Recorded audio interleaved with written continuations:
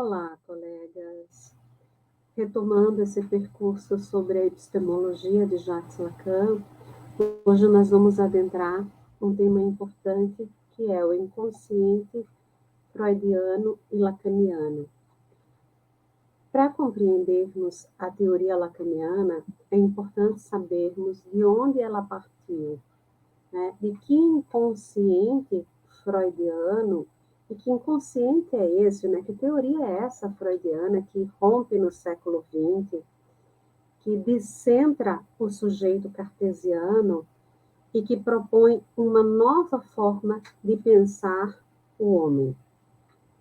É a partir desse descentramento do sujeito cartesiano que nós vamos hoje pensar, elaborar e como vai ser esse inconsciente estruturado como linguagem que o Lacan nos propõe.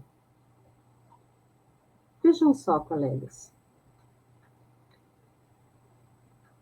Nós não podemos negar a importância da teoria cartesiana acerca do sujeito dentro da filosofia. Por quê? Descartes, durante muitos séculos, dominou, né, o nosso pensamento filosófico ocidental com a sua grande questão, o sujeito. A partir da pergunta, o que sou? A teoria do sujeito, ou o pensamento filosófico acerca do sujeito, do homem, o que é o homem, ele é milenar. Podemos dizer que remonta a Platão, Sócrates, mas hoje nós vamos partir de Descartes. Por quê? Porque o Freud, ele é herdeiro da teoria cartesiana. Ele é herdeiro de uma matriz de pensamento cartesiano que põe o homem como ser da dúvida e do pensamento. A grande questão, o que sou ou o que é o homem, o famoso cogito ergo sum do Descartes, penso, logo existo, se baseia em que o homem ou o sujeito se constitui a partir do seu pensamento, da possibilidade dele ser, um sujeito de dúvida. Pensar é igual a existir, porque pensar é ser alguém.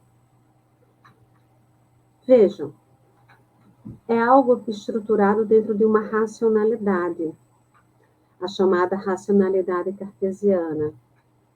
Se pensar é ser, quem é que garante esse sujeito como sujeito de pensamento? Deus. Logo, o homem, dentro da teoria cartesiana, ou filosofia, como assim vamos chamar, logo o homem é um sujeito uno, unitário, sem divisões, como Deus. A sua mente está ali, dominando o que é o corpo. A mente, a razão está em domínio. Vejam, o Freud chega a finais do século XIX e início do século XX numa medicina ainda de origem cartesiana, se a gente pode assim dizer, né? Baseada em comprovações.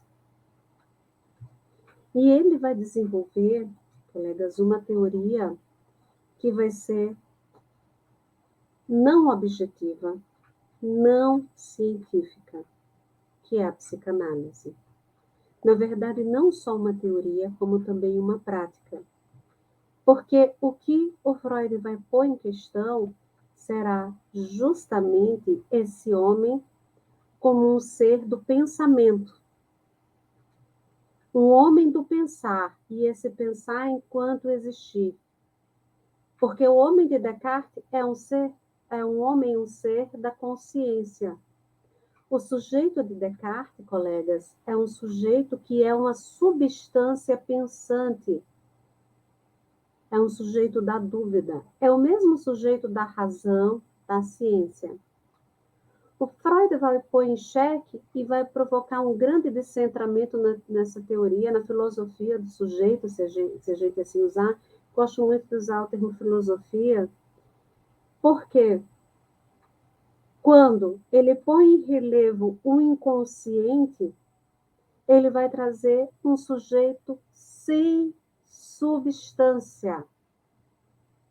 O sujeito do inconsciente, sim, é um sujeito da dúvida, mas é um sujeito sem substância. E, na verdade, se o sujeito cartesiano ele é um sujeito da razão, o sujeito da psicanálise é um sujeito como efeito, é um sujeito que duvido, logo existo. Não é um sujeito do penso, logo existo, duvido. Porque lá onde se encontra o desejo, é onde está o sujeito. E o desejo, colegas, na psicanálise, não se encontra na consciência, não se encontra na razão, se encontra no inconsciente.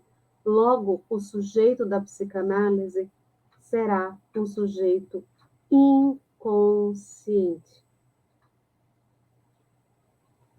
Trazendo o Antônio Quinet, Descartes parte do pensamento e chega na existência.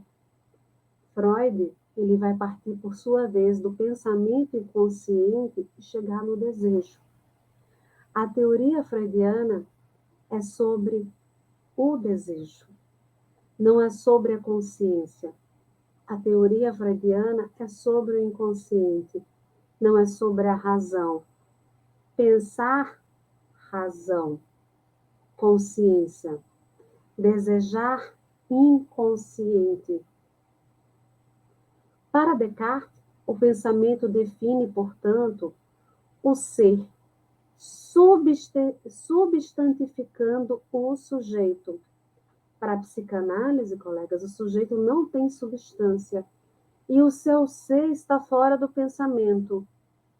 Lá onde se encontra a pulsão sexual, lá no inconsciente. É aí que nós vamos encontrar o sujeito para a psicanálise. Freud é responsável pelo que chamam a descoberta do inconsciente. Por que descoberta? Porque ele vai ser o primeiro a teorizar esse outro lugar, para além da consciência. Relembrando que os estudos sobre a histeria de Joseph Breuer e Sigmund Freud, Freud vai ser responsável justamente por pensar que lugar é esse que há para além da consciência, que já eram produzidos em estados hipnóticos. E que depois, para ele, vai ser produzido através de quê? Da técnica da associação livre, pela fala. E que neste lugar estaria o quê? O desejo. É o inconsciente.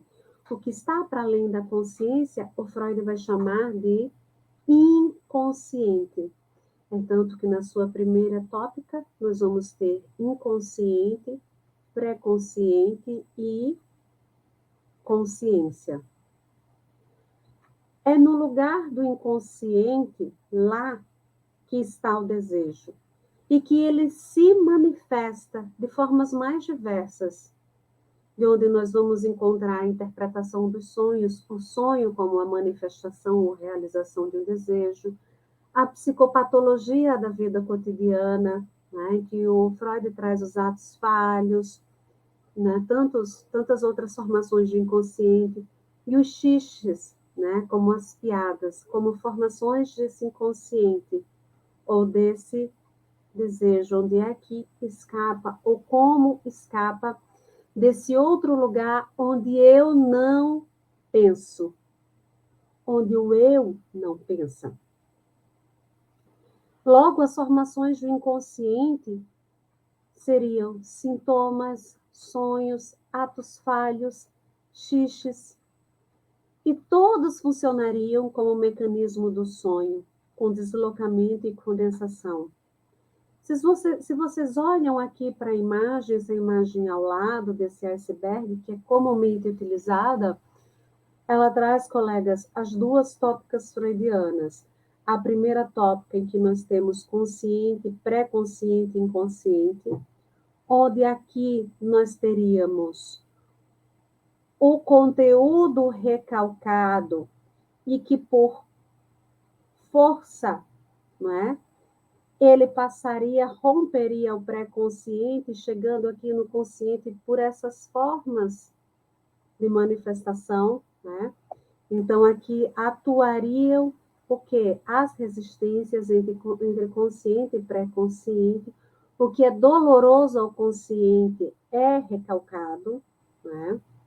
É recalcado, mas o recalcado sempre retorna. O retorno do recalcado, nenhum conteúdo ele fica totalmente inconsciente, ele consegue ser totalmente recalcado. Ele retorna em formações das mais diversas que são expressas através de quê? Da fala.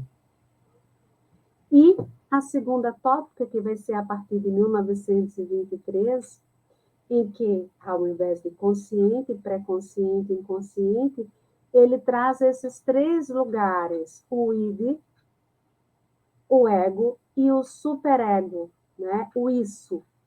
E o superego atravessando o quê? O id e o ego, né? Esse superego tendo a possibilidade de quê? De ter contato com o conteúdo que fica no isso. Então, observem que essas três estruturas aí, elas estão em contato.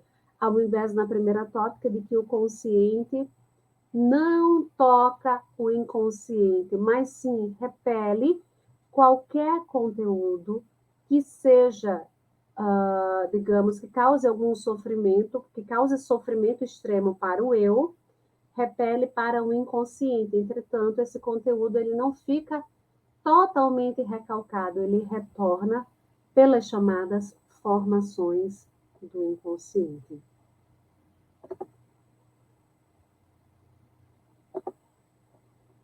Bem, colegas, aqui nós vamos ter que Freud, nessa relação do sujeito e do eu, ou seja, do inconsciente, ele realiza uma clivagem, ou seja, uma cisão entre o inconsciente e o consciente, a primeira tópica. Essa cisão, eles são separados na primeira tópica, né, pelo pré-consciente.